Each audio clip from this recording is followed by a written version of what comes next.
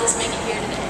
The administration at Harrison, the teachers and staff, and our families, all of whom are here today to celebrate this momentous occasion. We really couldn't have made it without the support of so many. I also want to thank the rest of Harrison's class of 2010, because we couldn't have made it without the support of each other. Thank you so much, everyone. I remember one year when a certain class treasurer stood in front of the class of 2010, running for his position. He held up a $100 bill, waved it around, and told us that a mere $100 was all our class had to our name at the end of our freshman year. Our advisors had little faith in us, and who could blame them? Our other classes ridiculed us, and rumors of a prom in our parking lot haunted us all through high school, even when our funds reached sufficiency. That was the first of many challenges we would face. Look how far we've come.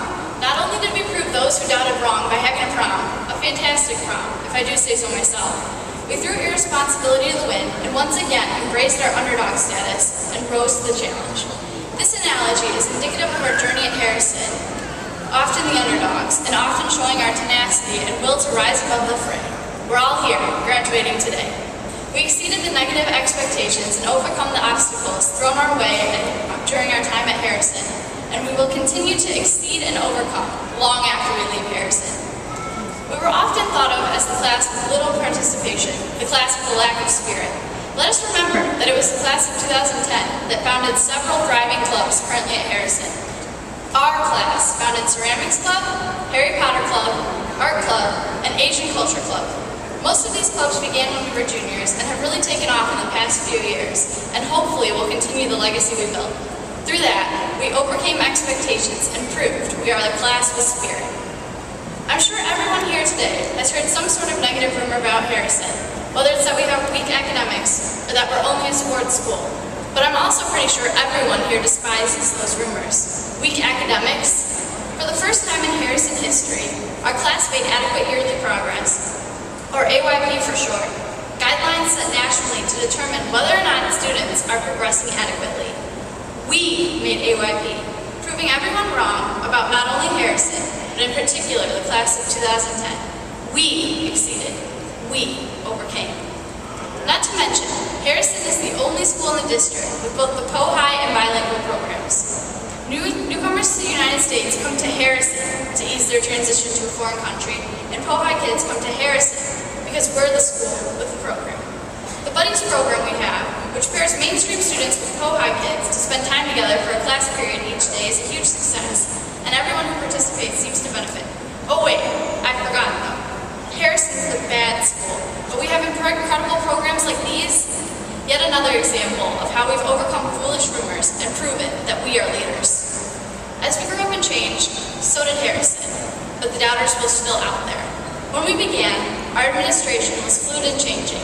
Harrison was still referred to as a school that looks like a prison and has trouble keeping a warden.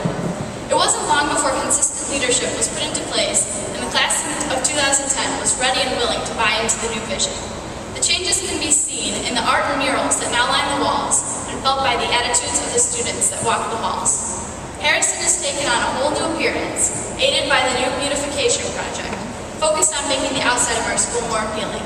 The inside and outside of Harrison reflect the new Harrison, the Harrison that the class of 2010 helped shape and mold. We proved the doubters wrong again, dispelling and overcoming the negative rumors about Harrison. But the challenges kept piling up for the class of 2010. We were continually asked to be flexible, be patient, be resourceful. Many were concerned that the class of 2010 didn't have it in them. We were the last class to enter high school with advantage. That free period designated for studying? Yeah, maybe it's best they did away with that. But the switch from block scheduling to trimesters was definitely a transition, especially considering we'd had block schedules all through middle school. However, we overcame those challenges, showing that the class of 2010 does have flexibility and the ability to adjust and adapt to new situations. We'll definitely be able to carry over and apply those skills in the real world and overcome the new situations that call for flexibility as well.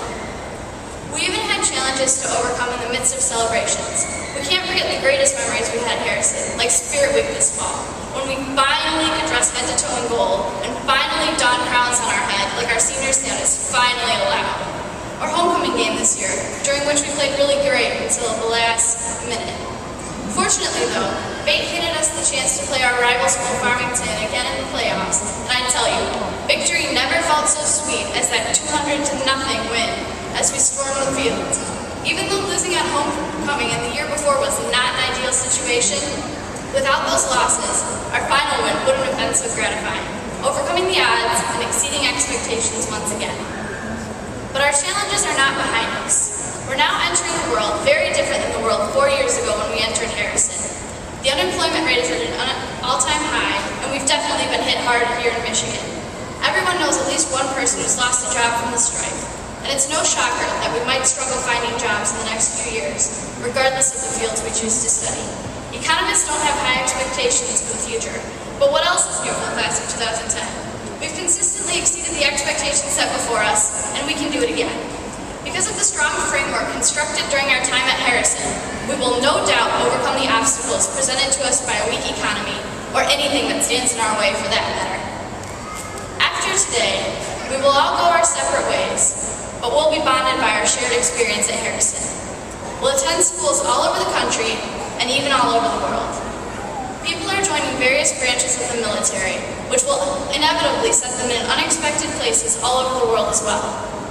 No matter where we go, though, we will forever remain Hawks because of the foundation within us established by our time at Harrison, and the Hawk within us, that character we've developed, and the experiences we've had here will empower us to cross boundaries and overcome anything that tries to keep us from achieving our dreams. We've proven it time and time again that we can meet challenges and exceed expectations. A fellow 2010 graduate noted that our dreams have changed so much since we were little. Growing up, it seemed everybody wanted to be an NFL player, or an FBI agent, or the president. I know I wanted to be a veterinarian, and for most of us, our dreams have changed so much from the days when we took naps in school. Well, permitted naps, anyway. But the point is, we still have dreams, and I encourage you to dream on, Harrison class of 2010. Follow your dreams, exceed expectations, draw from your experiences, and you can be assured that you will overcome what might stand in your way. As cheesy as it sounds, fly forward, Hawks. This is the beginning of the rest of your life.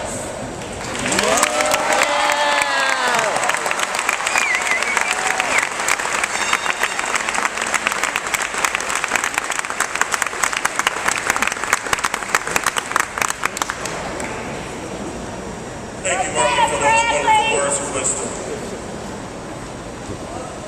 Friends, Hawks, graduates, parents and family members, staff of Harrison High School, distinguished members of the Farmington Board of Education, Superintendent Zavala, and other honored guests, good afternoon and welcome to the commencement ceremony of the Harrison High School class of 2010.